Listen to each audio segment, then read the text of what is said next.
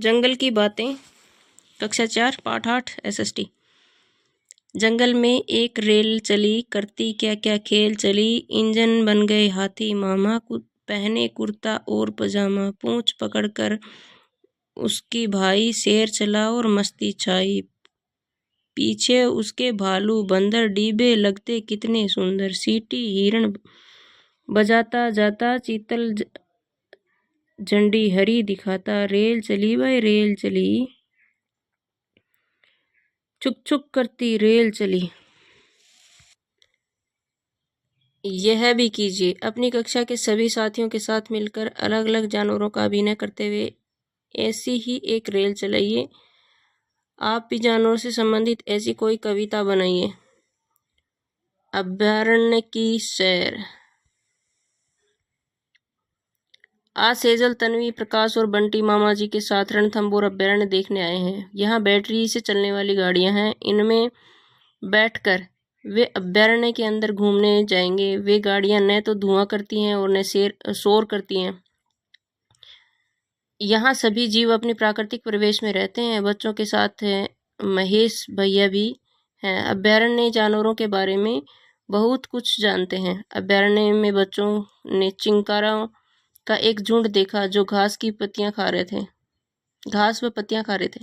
बंटी, देखो उस चिंकारे के सींग कितने बड़े व घुमावदार हैं।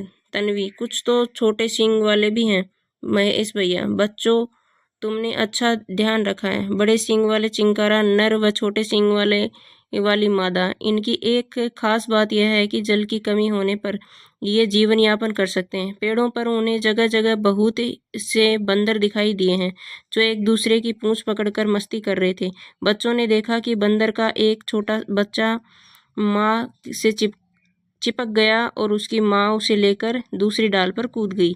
बंटी, देखो वह बंदर एक दूसरे की जुएं निकाल रहे हैं।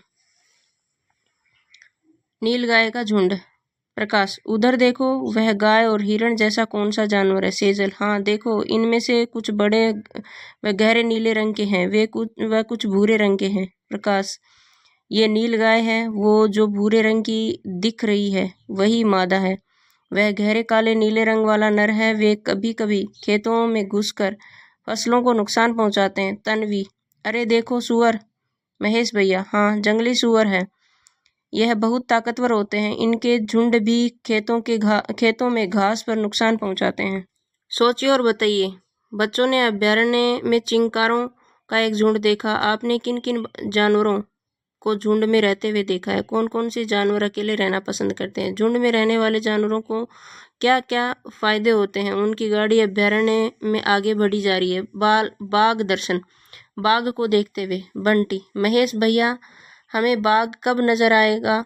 हमें उसे देखना है। महेश भैया, आगे एक तालाब है, वहाँ बाघ पानी पीने आते हैं, वहाँ दिखाई देते हैं। रास्ते में बच्चों ने मोर, खरगोश, नेवला आदि कई जानवरों को देखा। घूमते हुए वे तालाब के किनारे पहुंच गए।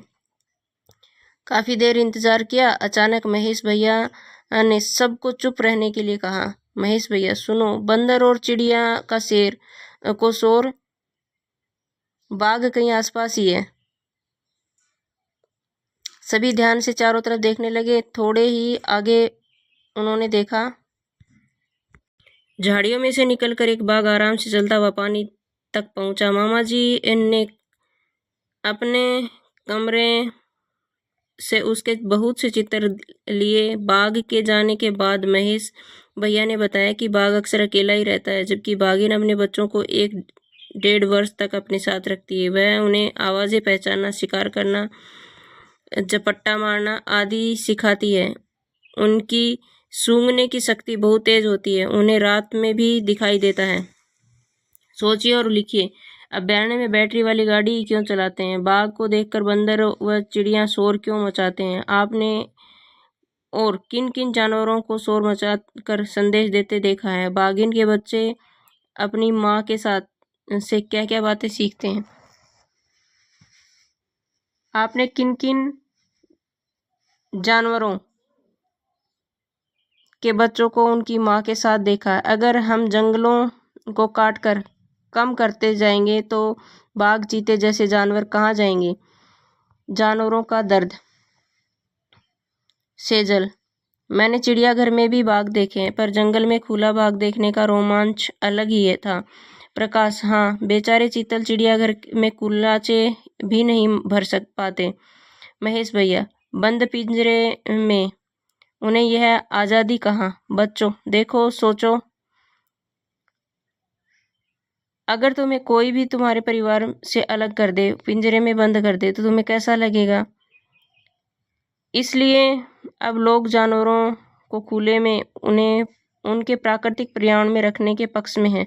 हमें भी जानवरों के दर्द को समझना चाहिए। सोचिए और बताइए, किस गांव में पानी की एक कुंडी बनी हुई है, हिरणों के झुंड वहां आकर कुंडी इसे पानी पीकर चले जाते हैं। गांव वालों ने क्या सोचकर यह व्यवस्था की है। यदि भालू का एक बच्चा आपके शहर या गांव में आ जाए तो आप क्या करेंगे। कुछ लोग सांप दिखने पर उन्हें मार देते हैं। क्या ऐसा करना ठीक है। अगर आपसे कोई दिन भर काम करवाए तो आप थक जाते हैं और काम करने से मना कर देते हैं। जानवर थक जाने से क्या करते हैं। कुछ लोग जीव जंतुओं को अपने शौक के लिए पालते हैं। आपने किन किन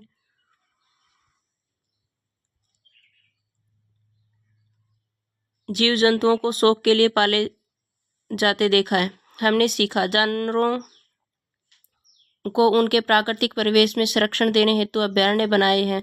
जानवर अलग अलग तरह के से व्यवहार करते हैं। कुछ जानवर झुंड में तो कुछ अकेले रहते हैं। हमें जानवरों को परेशान नहीं करना चाहिए और उनकी मदद करनी चाहिए। उनका सही विकास करने प्राकृतिक परिवेश में ही हो सकता है। जाना समझा, अब बताएं। चिंकारा, नीलगाय, बंदर और जंगली सुअर की कोई एक विशेषता बताइए। जानवर उनके प्राकृतिक परिवेश में ही खुश क्यों होते हैं। हम जानवरों की क्या क्या मदद कर सकते हैं। वन हमारी प्राकृतिक संपदा है, इनकी संरक्षण हमारा नैतिक दायित्व है। पानी रे तेरी अजब कहानी, अजब तेरी कहानी। एक दिन निकिता ने अपने साथियों को अपना सपना सुनाया। निकिता ने कहा, कल रात सपने में मुझे लाल, पीला, नीला व हरा बहुत सारे रंग का पानी दिखा। कोई खट्टा था, कोई मीठा था। पानी ने मुझसे बातें भी की। पानी का रंग, बच्चे चर्चा करने लगे, और पानी हरा, पीला, नीला कैसे हो गया। चलो देखें पानी का रंग कैसा है। यह भी कीजिए। पानी से भरी 3 कटोरियां लीजिए। एक में हल्दी पाउडर, एक में लाल स्याही और एक में नीली स्याही थोड़ी थोड़ी डालिए। यह सामग्री न हो तो कोई भी रंग डालिए और देखिए कि इस विलियन घोल का रंग कैसा हो गया है। कोई भी 2 रंग के पानी को अब थोड़ा थोड़ा लेकर एक दूसरी कटोरी में मिलाइए। बन गया एक और नया रंग। पानी का अपना कोई रंग नहीं होता है, यह रंगीन होता है। और देखिए, बताइए पानी का अपना रंग कैसा है। आपके आसपास नदी, तालाब, हैंडपंप आदि का पानी देखिए और बताइए कि उसका रंग कैसा है और क्यों। क्या दिन और रात में भी इस रंग में कोई अंतर दिखता है। पानी का स्वाद, निकिता ने कहा कि पानी खट्टा भी था और मीठा भी। चलो देखें पानी का स्वाद कैसा है। यह भी कीजिए। पानी में नींबू का रंग मिलाइए, स्वाद कैसा लगा। पानी में नमक मिलाइए, स्वाद कैसा लगा। पानी में शक्कर मिलाइए, स्वाद कैसा लगा। पानी का कोई स्वाद नहीं होता है, उसमें जो मिला उसका स्वाद वैसा हो जाता है। बच्चे फिर निकिता से पूछने लगे कि पानी ने उससे क्या क्या बातें की हैं। निकिता बोली, पानी ने मुझसे कहा कि मैं जब चाहूँ तब गायब हो जाता हूँ और प्रकट भी हो जाता हूँ। मैं बहुत ताकतवर हूँ, कभी कभी मैं बहुत कठोर भी हो जाता हूँ। चलो देखें और यह कैसे होता है। गायब हुआ पानी, गर्मी का असर। यह 2 गिलास लीजिए, इसमें समान ऊंचाई पर पानी भरिए और एक को धूप में और एक को छाया में। 2 दिन बाद दोनों गिलासों का पानी को देखिए और दोनों गिलासों में पानी में क्या अंतर है। धूप में रखे गिलास का पानी कम क्यों हुआ। छाया में रखा हुआ पानी भरा गिलास, धूप में रखा हुआ पानी भरा गिलास। फैलाव का असर। यह भी कीजिए। 1 गिलास, कटोरी और थाली लीजिए, तीनों में एक समान मात्रा में पानी, सभी में 3-3 चम्मच पानी डालकर और धूप में रख दीजिए। कुछ घंटों बाद देखिए कि किस बर्तन में कितना पानी।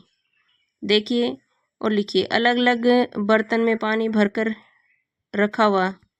किस बर्तन में पानी सबसे ज़्यादा कम हो गया है, किस बर्तन में पानी सबसे पहले कम हुआ है, किस बर्तन का पानी सबसे कम सूखा है, किस बर्तन में पानी सूखने में सबसे ज़्यादा समय लगा और क्यों। अब आप समझ गए होंगे कि फैला हुआ पानी जल्दी सूखता है। आपने अपने घर में कपड़ों को धोकर सुखाते हुए देखा होगा। सोचिए और लिखिए। कपड़े कहाँ सुखाते हैं, क्यों। कपड़े पूरे फैलाकर सुखाने पर वो जल्दी क्यों सूखते हैं। सर्दी में कपड़े देर से क्यों सूखते हैं। जब कपड़े सूख जाते हैं तो पानी कहाँ जाता है। पानी गर्मी से भाप बनकर उड़ जाता है। इस भाप को हवा सोख लेती है और अवशोषित कर लेती है। यह भाप हवा के साथ मिल जाती है। पानी का वाष्प बनकर उड़ना वाष्पीकरण कहलाता है। वाष्पीकरण के कारण ही कपड़े सूखते हैं और हमारे चारों ओर बहुत सारा पानी वाष्प बनकर उड़ता रहता है। गड्ढे, तालाब, नदी का पानी भी गर्मियों में वाष्पीकरण के कारण ही सूख जाता है। प्रकट हुआ पानी। सपने में पानी ने निकिता को कहा था कि वह प्रकट भी हो सकता है। चलो देखें कैसे। एक गिलास में पानी लीजिए, उसमें थोड़ा बर्फ डालिए, दूसरे में कुछ घंटों के लिए फ्रिज में रखिए और फिर निकालिए। थोड़ी देर बाद गिलास की बाहरी सतह को देखिए। सोचिए और बताइए, क्या अंदर का पानी गिलास के बाहर आ सकता है। यह पानी कहाँ से आया। ऐसा तुम अपने आप आसपास और कहाँ देखते हो। हम चारों ओर जो हवा है उसमें थोड़ी बहुत वाष्प सदैव होती है। ठंडे गिलास के संपर्क में आने पर वह ठंडी होकर गिलास के बाहर जम जाती है। वाष्प का ऐसे पानी में बदलना संघनन करना कहलाता है। गर्म रोटियों के बंद डिब्बे में पानी आ जाता है। रोटियों से निकली वाष्प भाप ढक्कन के नीचे जम जाने में पानी आ जाता है। सोचिए और बताइए, तुमने ऐसे वाष्प को पानी में बदलते और कहाँ कहाँ देखा है। पानी नहीं छलका। यह भी कीजिए। कांच का एक गिलास लीजिए, उसे पूरा पानी भर दीजिए, उसमें धीरे से एक सिक्का या कंकड़ डालिए, पानी को ठहर जाने दीजिए, फिर और एक सिक्का या कंकड़ पानी में धीरे से डालिए, फिर पानी ठहर जाने दीजिए।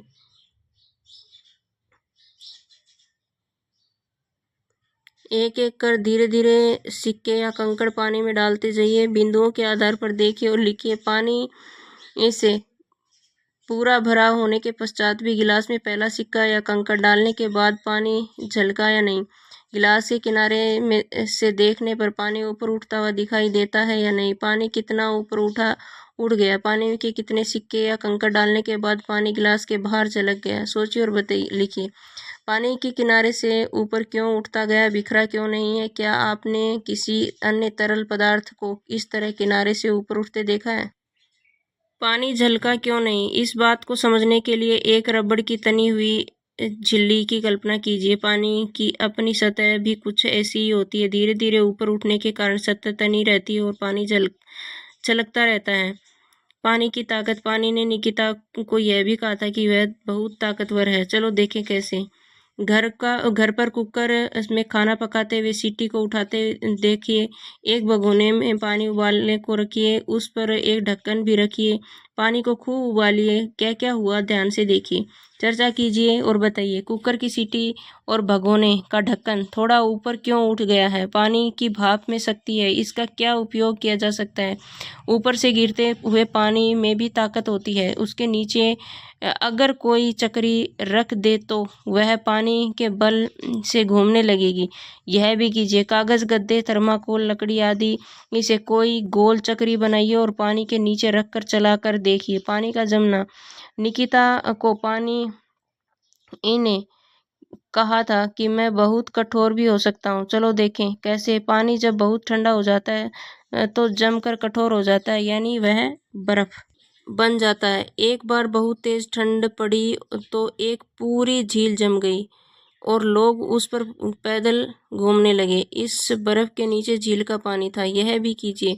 बर्फ पानी में नहीं डूबती है, यह सिद्ध करने के लिए एक प्रयोग सोचिए और कीजिए। सोचिए और लिखिए। क्या आपके यहाँ नदी तथा तालाब का पानी सर्दी में जम जाता है और क्यों। हमने सीखा। किसी तरल जैसे पानी में नमक, स्याही आदि के विलय घुलने से जो घोल बनता है उसे विलयन भी कहते हैं। पानी का उड़ना, वाष्पीकरण। वाष्पीकरण गर्मी में तथा चौड़ी सतह पर अधिक होता है। पानी की वाष्प का पानी में बदलना संघनन कहलाता है। पानी अधिक सर्दी में जम जाता है। बर्फ का पानी पर तैरती है। बहते पानी में एक जलवाष्प में शक्ति होती है जिसका हम उपयोग कर सकते हैं। जाना समझा और अब बताइए। पानी के कोई 3 गुण बताइए। सर्दी की सुबह में साइकिल, मोटरसाइकिल की सतह पर पानी की बारीक बूंदें क्यों दिखती हैं? अगर कपड़ों को जल्दी सुखाना है तो क्या क्या करोगे? पानी तेरा रंग कैसा, जिसमें मिलाओ लगे उस जैसा। इस वीडियो में इतना ही। चैनल को शेयर करें, सब्सक्राइब करें, और अगला चैप्टर इस बुक में फटा हुआ है तो मिलेगा नहीं।